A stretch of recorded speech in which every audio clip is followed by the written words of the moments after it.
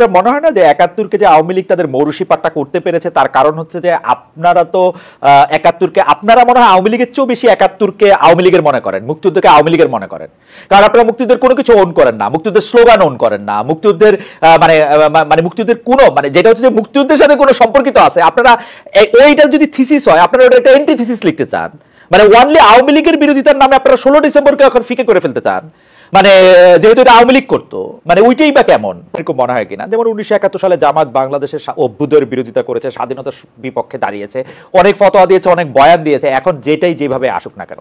কিন্তু আমরা যখন ২০২৩-এ, ২৪-এ, ২২-এ, ২১-এ, ২০-এ, ১৯-এ, ১৮-তে প্রত্যেকবার স্বাধীনতার যে ফান্ডামেন্টালস আছে সেগুলিকে আমরা যখন ধ্বংস হইতে দেখছি, এবং যখনই এটা নিয়ে কেউ প্রতিবাদ করতে গেছে তাকে একটা জামাত শিবির ট্যাগ দেওয়া হয়েছে, কেউ যদি এই কথা বলতে গেছে যে যে আপনারা এটা কেমনে করতেছেন, স্বাধীনতার নামে আমরা এটা কেন করতেছেন, তখন এটাকে আরেকটা করা হয়েছে।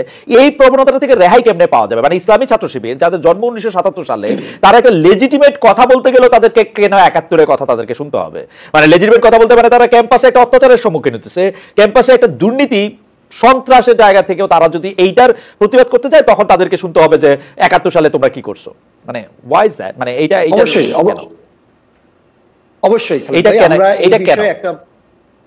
এখানে দুইটা প্রশ্ন। একটা প্রশ্ন হচ্ছে যে এই যে ছাত্র শিবির ট্যাগ দিয়ে বিভিন্ন সময় বিভিন্ন জনকে হত্যা করা হয়েছে, ছাত্র শিবির তো কোনো নিষিদ্ধ সংগঠন না, কিন্তু তারপরেও ক্যাম্পাসে সহ সারা দেশে তাদের রাজনীতি, প্রকাশ্য রাজনীতি করার যে অধিকার সেটাকে খর্ব করা হয়েছে, তাদেরকে ব্র্যান্ডিং করা হয়েছে, এবং ব্র্যান্ডিং করে তাদের উপরে সকল অত্যাচারকে হালাল করার চেষ্টা করা হয়েছে আওয়ামী লীগের তরফ থেকে, ছাত্রলীগের তরফ থেকে।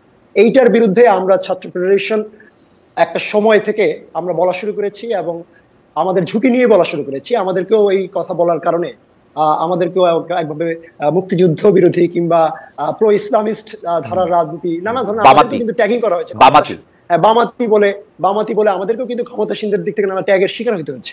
আজকে এই যে ট্যাগিং এর সংস্কৃতি এবং এই যে একজন কালিমালিপ্ত করে তার রাজনৈতিক অধিকারকে সংকুচিত করে তার উপর সকল অত্যাচারকে হালাল করার সংস্কৃতি যেটা আওয়ামী লীগ নির্মাণ করেছে, ৭১-কে তারা তাদের নিজেদের একটা একক কর্তৃত্বে প্রতিষ্ঠা করেছে, এটাকে একটা চ্যাম্পিয়ন দল হিসেবে নিজেদের একক কৃতিত্ব এবং